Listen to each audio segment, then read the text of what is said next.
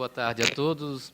Pessoal, o meu tema, então, é tutela provisória, e especificamente a estabilidade da tutela provisória satisfativa. Mas, para que eu entre nesse tema, primeiramente, eu tenho que falar de como a tutela provisória ela está disposta no CPC.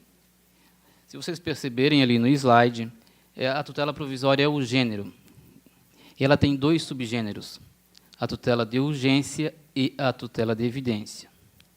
A tutela de urgência, por sua vez, subdivide-se em tutela antecipada e tutela cautelar. O CPC trata da tutela provisória nos artigos 294 a 311.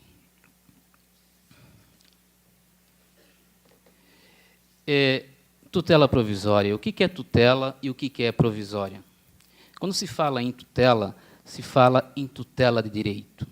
E essa tutela de direito ela pode ser uma tutela satisfativa ou uma tutela conservativa. Quem vai a juízo busca uma satisfação ou busca uma conservação. Satisfação pode ser uma declaração de inexistência de débito. Pode ser uma constituição, como, por exemplo, a pessoa que é casada e quer se divorciar, passa do estado civil de casado para divorciado. Infelizmente, nunca mais vai ser solteiro, vai ficar com carimbo no documento de divorciado. E pode ser também uma tutela de direito satisfativa pedindo uma condenação de fazer, não fazer, ou entregar coisa, ou uma condenação em pagar a quantia. A tutela conservativa, por outro lado, é quando o autor quer o congelamento do bem da vida, para que, quando a sentença for prolatada, esse bem da vida esteja lá para lhe ser entregue. Tanto a tutela satisfativa como a tutela conservativa, elas podem ser entregues de forma definitiva ou provisória. Definitiva, em cognição exauriente, quando as partes, tanto o autor quanto o réu, puderem alegar e provar todos os fatos que trouxeram ao processo. Aí você tem uma cognição exauriente, o juiz já exerceu o seu juízo de certeza e pode prolatar uma tutela definitiva. Mas, se estiverem presentes alguns requisitos, essa tutela pode ser concedida de forma provisória.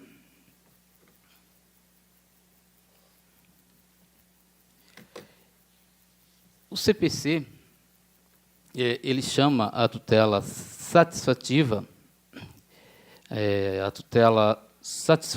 de tutela antecipada, e a tutela de evidência também é uma tutela satisfativa. Já a tutela conservativa, o CPC chama de tutela cautelar. Aqui nesse slide, eu ouvi um livreiro na busca aqui numa vaquejada. Na verdade, eu coloquei esse slide para fazer um exemplo que não é meu, é do Fred Didier, para que fique bem claro essa diferença entre tutela antecipada e tutela cautelar. Imaginem vocês, autor e réu, disputando um bife tirado desse boi que está no slide. Se o autor pede em tutela provisória que esse bife ele quer para consumir de imediato, ele está pedindo uma tutela antecipada. Se ele pede que esse bife vá para o freezer, ele está pedindo uma tutela conservativa, uma tutela cautelar. E é importante a gente saber a diferença entre tutela cautelar e tutela antecipada, porque somente a tutela antecipada é que se estabiliza. Você não tem, que é exatamente o tema da minha palestra, você não tem como estabilizar uma tutela cautelar, porque senão aquele bife vai ficar na geladeira para o resto da vida e nunca vai ser entregue a ninguém. Então, a estabilização da tutela ela só vai ocorrer na tutela satisfativa, tanto na tutela antecipada quanto na tutela de evidência. A tutela antecipada é tutela satisfativa e tutela de evidência também é tutela satisfativa.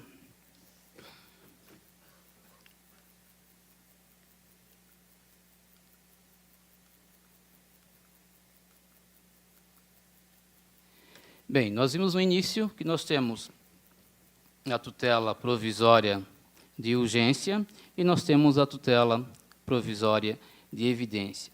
Para que a tutela provisória de urgência possa ser concedida, precisam estar presentes alguns pressupostos. Para a tutela de urgência, são dois pressupostos, o fumus boni iuris e o periculum in mora. São pressupostos cumulativos. A existência de apenas um não permite que o juízo conceda uma tutela provisória de urgência. Os dois requisitos têm que estar presentes. E, evidentemente, o advogado, ao redigir a sua petição inicial, deve deixar bem claro quais são os fatos que justificam a concessão da tutela provisória. Tutela provisória é exceção. Para a tutela provisória de urgência, portanto, o advogado, ao redigir a petição inicial, precisa demonstrar a existência do direito provável e da urgência. Se faltar um desses requisitos, a tutela provisória não vai ser concedida, o processo vai caminhar até o seu fim, para que o juiz, então, após a análise da prova, possa conceder a tutela definitiva. Já a tutela de evidência, que já teve palestrante falando aqui a respeito, ela pode ser concedida sem a urgência. A tutela de evidência, para ser concedida, basta que esteja presente a evidência do direito. Ou seja, é um fumus boni iuris qualificado, é um direito evidente. Não basta apenas a existência desse direito evidente. Na verdade, esse direito evidente ele vem junto com a defesa fraca. Sabe-se que o direito é tão evidente, mas tão evidente, que o réu não vai ter uma defesa forte, vai ter uma defesa fraca. E é exatamente aí que fica autorizado o magistrado a conceder a tutela de urgência. Lembrando, de evidência, aliás. Lembrando, novamente, que para a tutela de evidência, cuja previsão está no artigo 311, não há necessidade do requisito urgência.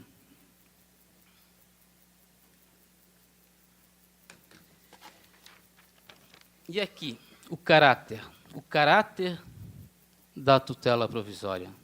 Nós temos um caráter, mas a tutela é bipolar, ela tem dois caracteres.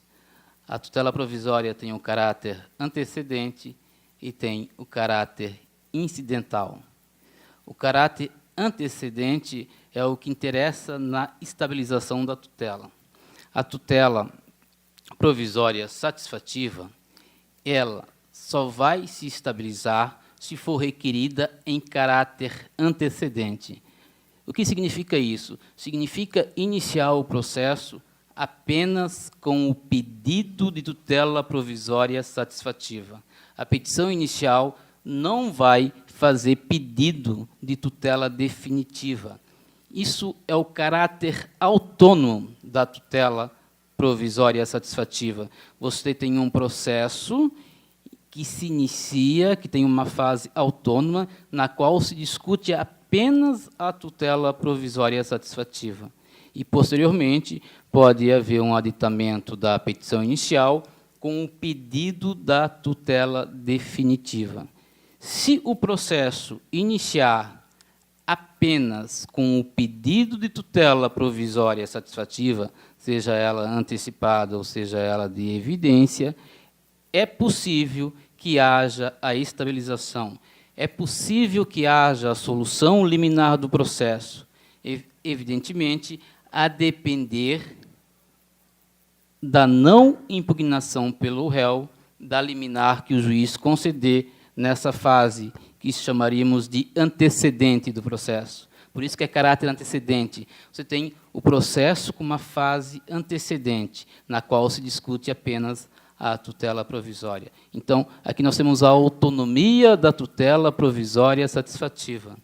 No CPC de 73, nós tínhamos um processo cautelar autônomo, e nós tínhamos a tutela provisória satisfativa apenas em caráter incidental. No CPC de 2015, nós temos tanto a tutela satisfativa como a tutela conservativa em caráter antecedente. A tutela provisória satisfativa, em caráter antecedente, tem previsão no artigo 303 e 304 a tutela provisória conservativa, que é a tutela cautelar, em caráter antecedente, tem previsão no artigo 305 a 310 do CPC. Então, você tem tanto a possibilidade de requerer a tutela antecipada em caráter antecedente, ou seja, de forma autônoma, como requerer a tutela cautelar em caráter antecedente, também de forma autônoma. E insisto aqui, a estabilidade só vai ocorrer na tutela satisfativa. E o caráter incidental é quando você inicia o teu processo, você faz um requerimento de tutela, você pode fazer um requerimento de tutela provisória, juntamente, na mesma petição inicial, com um pedido principal, com um pedido de tutela definitiva. Aí você vai ter um caráter incidental. E, caso você inicie o teu processo, a tua petição inicial, apenas requerendo tutela definitiva, e no decorrer do processo apareça uma situação de urgência ou de evidência, você pode fazer um requerimento incidental de tutela de urgência ou de evidência. É importante a gente falar da diferença de emenda e aditamento que consta aqui no artigo 303, parágrafo 6º da emenda, e o 303, parágrafo 1º, inciso 1, fala do aditamento da petição inicial. Não são sinônimos, né? São coisas diferentes. Emendar é corrigir, aditar é acrescentar. O que acontece quando se fala em aditamento? Você iniciou o teu processo requerendo tutela provisória satisfativa de forma autônoma, você disse que estavam presentes os pressupostos para a concessão da liminar, o juiz recebe, isso no caso de emenda, tá? O juiz recebe a tua petição inicial, ele percebe que não estão demonstrados esses pressupostos para conceder a liminar, então ele manda o autor emendar a petição inicial para que como se tivesse uma segunda oportunidade de demonstrar que estão presentes os pressupostos para a concessão dessa liminar. Isso é emenda, né? Isso é corrigir a petição inicial. E quando o CPC fala em aditamento, aí sim, aí você já está na fase em que você já esgotou o processo autônomo de tutela provisória satisfativa em caráter antecedente, e você então vai emendar você vai aditar a tua petição inicial com o pedido principal. Então, emenda e aditamento são coisas diferentes. Uma situação que causa bastante polêmica no CPC é como que o réu vai agir para evitar a estabilização da tutela provisória satisfativa. Se você está num processo, então, autônomo, em que a petição inicial iniciou apenas com um pedido de tutela provisória satisfativa, o juiz concedeu a liminar, como que o réu vai evitar que haja estabilização e esse processo seja extinto sem julgamento de mérito? Você resolveu o processo com uma decisão interlocutória, o juiz concedeu a liminar, mandou entregar o bem da vida ao autor pela decisão interlocutória, e como o réu deve reagir para evitar a extinção do processo e evitar a estabilização. O artigo 304 do CPC fala que isso ocorre mediante a apresentação de recurso. O recurso típico aqui é o agravo de instrumento, como o doutor Pedro Miranda bem falou, o agravo de instrumento previsto no artigo 1015, inciso 1 do CPC. Cabe agravo de instrumento contra a decisão interlocutória que defere ou indefere. Obrigado. Deixa eu até tomar uma aguinha. É que quando a gente dá aula, a gente pergunta se alguém tem dúvida, tal, dá uma descansadinha, e aqui tem que falar o tempo todo. É diferente. Na verdade, eu estou deputando em palestra, tá? Não queria falar, mas estou falando.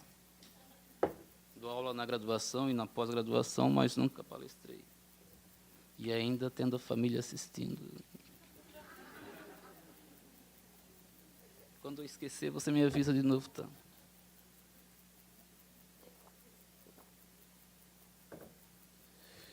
Então,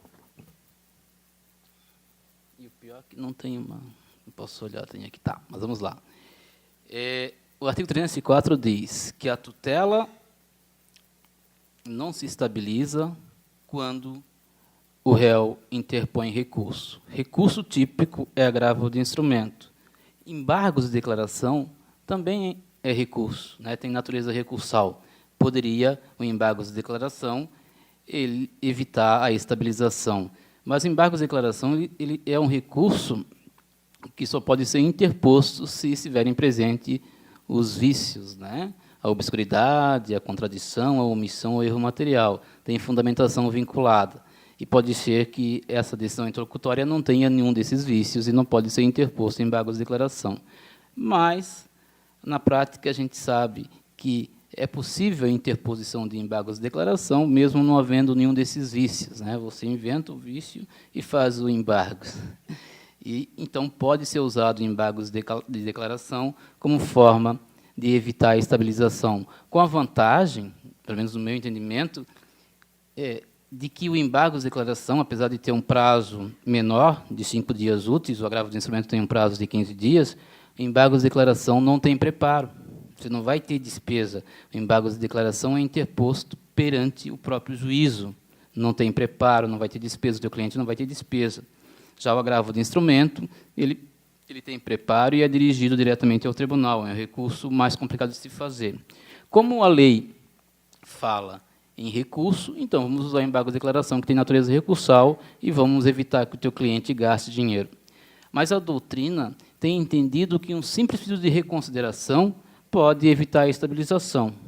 Se você quiser também, pode antecipar a contestação, porque no procedimento comum atual, a contestação ela só vai acontecer numa fase mais antecipada, após a tentativa frustrada de autocomposição, que se dá com a mediação ou a conciliação. Mas, se o réu, e você, como advogado do réu, foi consultado de uma situação em que tem contra ele uma liminar, mandando entregar o carro para o autor, você faz o seguinte: olha, vamos já contestar essa liminar e vamos antecipar a contestação, dizendo que a gente não quer conciliação. Isso é possível. Isso evitaria a estabilização da tutela.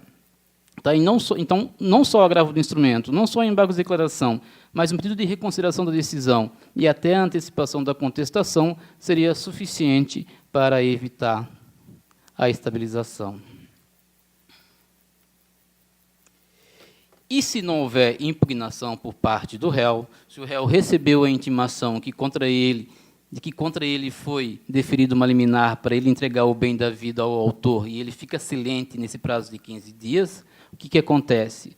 A tutela se estabiliza, de acordo com a técnica do artigo 303 e 304, e o juiz está autorizado a extinguir o feito. Veja, o juiz não vai decidir o processo. Não houve contraditório, não houve ampla defesa, não houve debates. Mas o juiz, ou pelo menos o legislador, vai entender o seguinte: olha, se o réu, o maior interessado em contestar essa liminar, não fez nada, não sou eu que vou fazer. O processo é extinto e houve uma solução liminar do processo por uma decisão interlocutória. Então, a gente foge aqui daquele nosso vício de que o processo só poderia ser resolvido com uma sentença de mérito, após o exaurimento da cognição.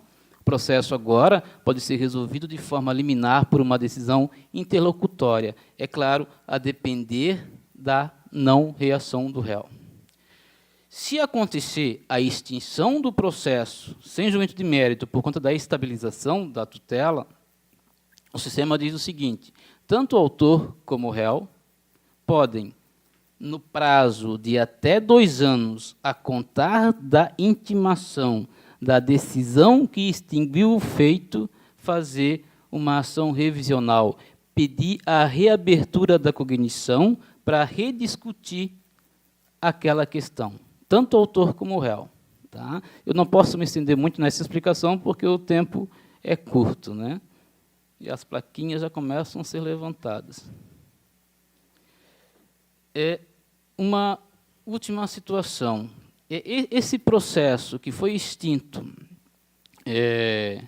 sem julgamento de mérito, com a estabilização da tutela, ele faz coisa julgada? Não faz. Não faz porque faltou cognição, faltou debate. Você não tem coisa julgada. Mesmo após transcorrido o prazo de 2 anos para a ação revisional, você não tem coisa julgada. Você tem a estabilidade. Mas, após 2 anos, essa decisão ela fica imutável e indiscutível, que é o mesmo que diz o artigo 502, que se refere à coisa julgada. Você não tem coisa julgada, mas você vai ter uma decisão imutável e indiscutível, porque nem a ação rescisória vai caber após esse prazo de 2 anos.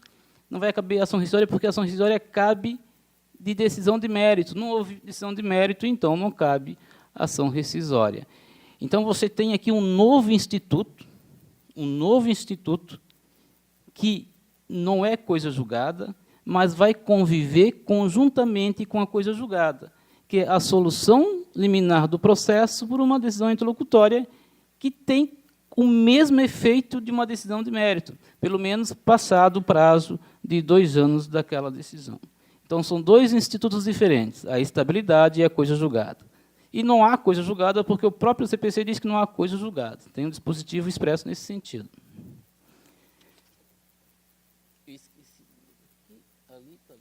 E agora eu já vou direto para a conclusão, porque logo após vai ter o coffee break. Eu acho que o pessoal está cansado já, né? Então, tutela satisfativa e estabilizada é um novo instituto que nós não tínhamos no CPC de 73, muito menos no CPC de 39. É um instituto que veio do direito alienígena, que veio principalmente do référé francês e belga. Ele já existe há muito tempo, tanto na França como na Bélgica, e quebra um paradigma, né? Eu já falei um pouco, mas eu posso repetir aqui, quebra um paradigma que nós, que nos formamos no CPC de 73, entendíamos que o processo só poderia ser resolvido com uma decisão de mérito. Hoje, o processo pode ser resolvido por uma decisão interlocutória. Référé significa interlocutória. O processo hoje pode ser resolvido por uma decisão interlocutória.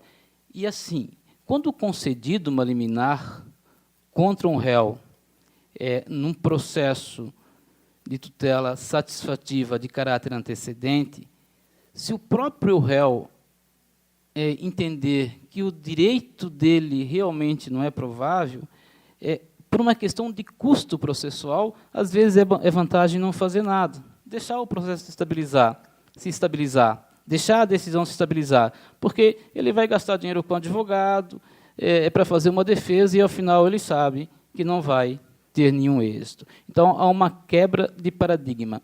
Então, a estabilidade da tutela permite que a gente tenha uma solução do conflito material sem sentença de mérito. Na sequência, eu trouxe aqui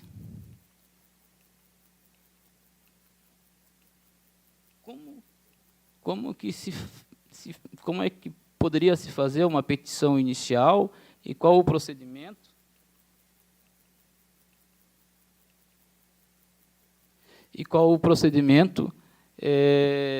Para se obter essa estabilidade da tutela. A petição inicial, então, ela tem que iniciar com fundamento no artigo 303 e 304, deve conter apenas o pedido de tutela provisória. Se o juiz entender que não estão presentes os pressupostos para a concessão da liminar, ele manda emendar essa petição inicial. Emendada a petição inicial ou concedida a liminar e o réu não apresentando o recurso, a estabilização, o processo é extinto. Se o juiz conceder a liminar e o réu interpor o recurso ou pedir a reconsideração da decisão, a tutela não se estabiliza, o autor tem que fazer a emenda, ou melhor, o aditamento da petição inicial com o pedido principal, e, a partir dali, o processo vai seguir o procedimento comum, o rito comum. Tá? Então, não havendo impugnação, concedida a liminar, o processo se estabiliza e está resolvido, vem uma sentença de extinção do processo. Concedida a liminar e havendo impugnação, há o aditamento e o processo prossegue. Não concedida a liminar, o autor também pode requerer o aditamento e o processo prossegue. Obrigado.